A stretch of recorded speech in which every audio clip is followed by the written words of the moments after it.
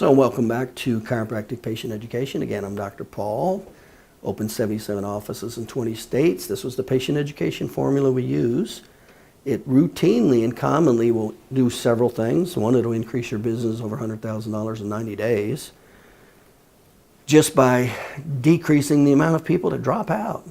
It's pretty amazing. It'll prevent fraud because the documentation is totally based on the patient's test relative to the 3 phases of healing. It's very easy for them to understand, and you'll get paid by third-party reimbursement because the documentation is based on the patient's test relative to the 3 phases of healing. So you'll get paid, you'll stop fraud allegations, you're going to increase your income over $100,000 in all likelihood just by keeping your patients in other words, and I'm not saying keeping them they don't need it. Most patients don't even go through the 3 phases of healing. They bail out in 6 to 8 visits or 12 visits. They never even make it through the repair phase of healing. So when I'm talking about keeping visits, I'm not talking about just keeping visits, just to keep visits. I'm talking about keeping visits because that's part of the physiology of healing. Is when patients don't go through the therapeutic protocol of the inflammation phase, the repair phase, and the remodel phase. That is the single reason they don't get better and end up with permanent problems the rest of their life. So if you're not taking patients through those therapeutic protocols and those 3 phases of healing, you're helping the patient to end up with a permanent problem. And if the patient's not educated to know any better and they drop out after 5, 6, 8, 10 visits, they didn't even make it in. They haven't even made it out of the second phase, which is the repair phase. Well, we can almost be guaranteed they're going to have some kind of permanent problem to some degree and re-exacerbations. And we see that all the time in a chiropractic office. So we're talking about visits that are warranted, okay? And then, that thing called maintenance care, that's a total different animal. That's down the road. That's not to be discussed at all right now. So, and what are the typical visits for the 3 phases of healing? Well, it's based on the science of how long each of the phases are, and the 2 most common prevalent factors with the patient is how old are they? The younger they are, the quicker they'll heal, and how long they've had the problem. Is it a permanent problem to start with to some degree? Right from the get-go. So that's what it's based on. Okay, so we talked about the importance of motivation, understanding pleasure, logic, fear. That has to remember each visit has a clinical component, has a administrative component, meaning time and money. Clinical component is what's my problem, can you help? And then there's the patient education component, the 3 phases of healing. Every visit has those 3 components. So, until they pay for care. And we have our patients prepay for care. Well, it's real easy to get them to prepay for care once the perceived need is higher than the obstacles of time or money, and you've shifted their consciousness from unconscious incompetence to conscious incompetence. That's pretty easy to do. You'll see. So, 4 steps to the purchase. We talked about the importance of not violating the natural 4 steps of how we buy products and services unconsciously. Need analysis, presentation, obstacles, close. We talked about the 4 most important questions. You better be answering them as the relationship moves on, and it better be in that order. What's my problem? Can you help? How long is it going to take to feel better? How much is it going to cost? If you don't cover it or you violate it, that'll destroy the relationship also. All of these destroy the relationships when you don't do them. 4 most important questions. We talked about the importance of stair-stepping because we're going to pay a lot of attention to trust, confidence, defenses, and resistance. And anytime there's a paradigm shift, you violate trust and confidence, and you increase defenses and resistance. That's a natural byproduct to a paradigm shift. So we never do paradigm shifts. So on day 1, the only objective is to establish need and make the obstacles, time or money, real small. In other words, time and money only for the next day. On day 2, we're going to continue the education process as well as the need, and we can ask for a little more money and time. We're going to ask for 3 days of time and money. See, that's easy. And through this whole process, day 1, 2, and 3, we're teaching them the 3 phases of healing. Inflammation on the first day, repair on the second day, remodel on the third day. And we're teaching them how their biomarkers play the role. And this is where it gets really important, right here. So I said, what are the 2 most important factors in patient education? Number 1, motivation. Well, the good news about our patient education system, it's self-motivated because it deals with natural human motivating factors. So what's the weakest motivation is pleasure. So what do they want? They want their symptoms better and they want their primary ADLs back to normal. That's called pleasure. So that's where we want to, that's the patient education of where we're taking them. What are they trying to get away from? They're trying to get away from the pain, muscle spasms, and restricted mobility of activities of daily living that are important to them. Working, showering, bathing, dressing, things like that. They want to get that, they want to move, they want to get back to normal. And then there's the logic. How's it going to happen? That's the therapy. That's explaining, here's how your body heals, here's the test, and here's the therapy we're going to use to get it from here to here. Now, I said the 2 most important factors is motivation. Well, overwhelmingly, you know, we're motivated by several things, but overwhelmingly what motivates us the greatest is being stuck in survival or security. That's based on the natural motivation and Maslow's hierarchy of needs. See, I don't have to threaten the patient. I don't have to put fear into the patient. All I got to do is explain the 3 phases of healing. Here's your test. Here's the therapy that's required for each of the 3 phases relative to your test. And if it heals wrong, that's when you're going to end up with a permanent problem the rest of your life to some degree. Because that's the truth. See? That's all I don't have to lie to them. I go, here's how we're going to help. Here's the solution. And by the way, if it heals wrong, then this is what happens when it heals wrong. It causes big problems and leads to bigger problems. So the next category is what's called third-party trust. So the motivation is built in. It's unbelievably easy. I don't have to exaggerate anything. I just tell them the truth.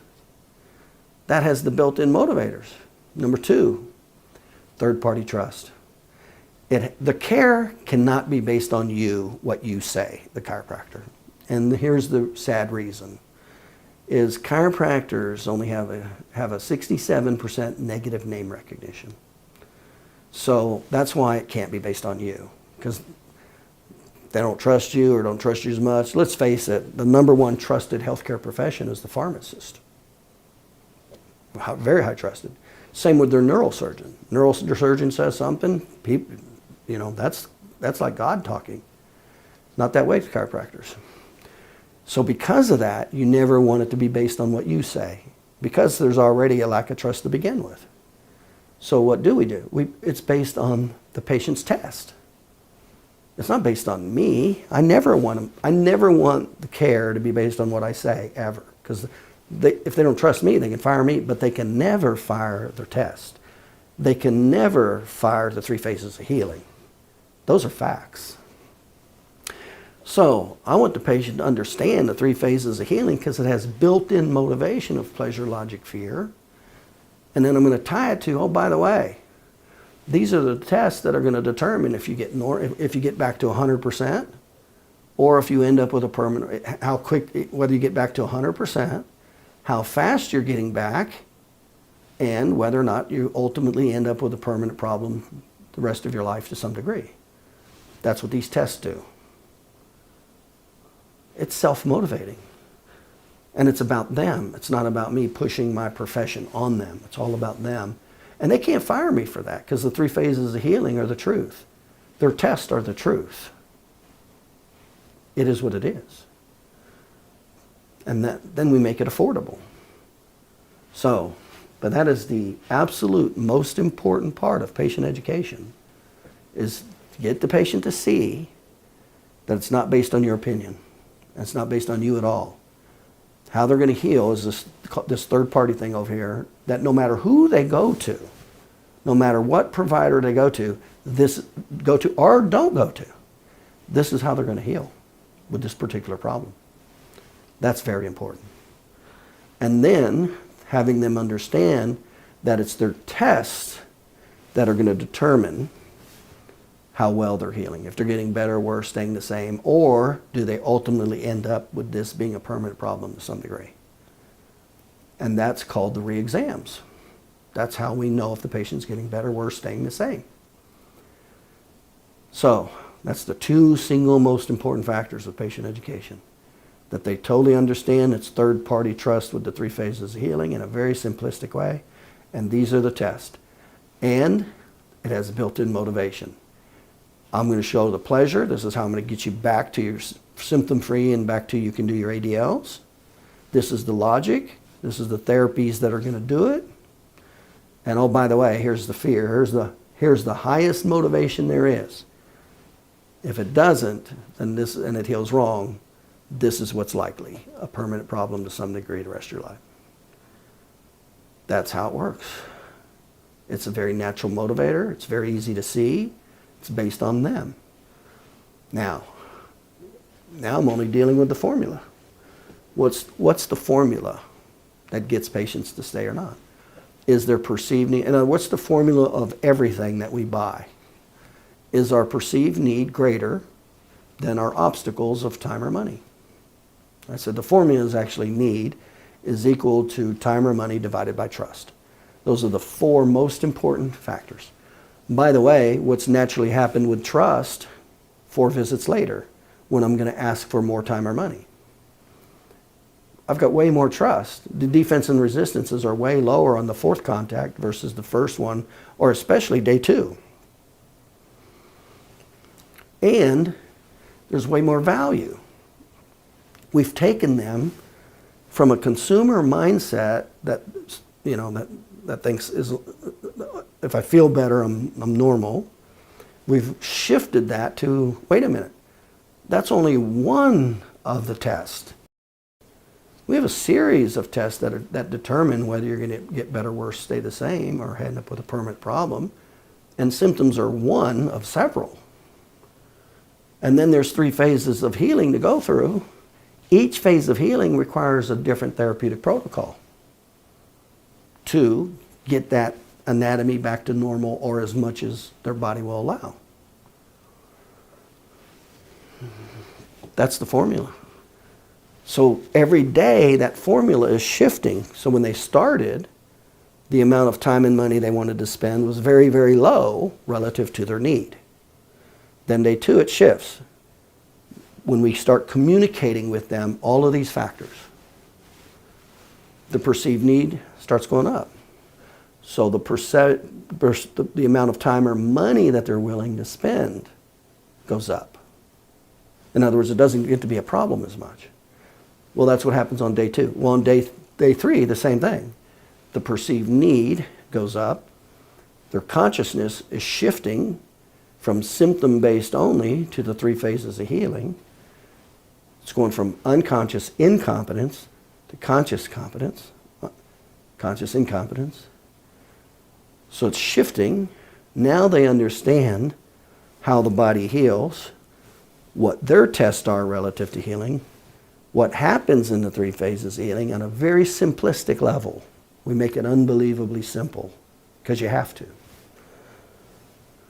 And then how are we going to know? Well, the test. We'll do the test called re-exams. So this is this is the goal of the therapy in the inflammation phase based on these tests. This is the goal of the repair phase based on these tests. This is the goal of the remodel phase based on these tests. That's the method to get you to where you want to go. That's called pleasure, logic, fear. Bad news is, if you don't get this, this, and this, or it heals wrong, that's when it turns into a permanent problem to some degree. And by the way, that is the number one cause for the number one disability in the United States, osteoarthritis. It's from major trauma, minor trauma that's healed wrong, altered spinal biomechanics, caused premature degenerative changes, pain, muscle spasms, and restrictions with ADLs. It's a big, big, big problem. And that's exactly the path that takes them either to the problem, minimizes the problem, or stops the problem. Need, time, and money. And I talked about the importance of multiple contacts. There's a very different relationship when on the first visit with their need and defenses and resistances versus on the fourth visit when I do the report of findings. Now they have the perceived need, they understand the 3 phases of healing, they understand what happens in each phase, they understand the therapy that should happen in each phase, and if it doesn't, that's when it causes permanent problems, restrictions, pain, discomfort the rest of your life to some degree. It's totally understood what their care is based on. And oh, by the way, symptom is just one of the many tests that determine whether you're healthy or not. Now, all I got to do is make it affordable. All I got to do is go to terms. And that's very easy to do. So I'll just take the total amount of money and I'll just go into terms, bi-weekly payments that are very affordable. And that's when the patient says, that makes sense. So the perceived need and value is much greater than the time or money, and that's what gets patients to say, yeah, sign me up, count me in. And that's how you'll start keeping 70 to 80% of your patients through all 3 phases of healing, instead of them dropping out within 6 to 8, 10 visits and not even make it through the repair phase of healing. That's what happens. So, again, I'm Dr. Paul, and we'll cover in detail on the next video the steps themselves. We'll kind of push it together tighter. We'll go talk a little bit about the report of findings, and especially money. Make it very easy. And we'll give you an offer. If you're interested in this, it sounds interested to you, you're interested in getting the specifics, we'll give you an offer how you can have all this information applied immediately, and immediately start keeping more and more of your patients, and the cash flow goes up in 90 days. And typically, the vast majority of my clients that use it increase their business over $100,000 a year within 90 days, because they just start keeping patients. They don't start dropping out at the 8th visit or the 10th visit. Okay? And it's great. There's no selling involved. I mean, we just teach the patients the facts, and we make it affordable. But we do have to pay a lot of attention to the natural motivators, the natural motivation, the natural cycle of how we buy things. So there's a lot of factors that you have to pay attention to, and you can't violate their trust. You can't do paradigm shifts. You can't. You'll lose patients left and right. Okay, I'm Dr. Paul. We'll see you on the next training video.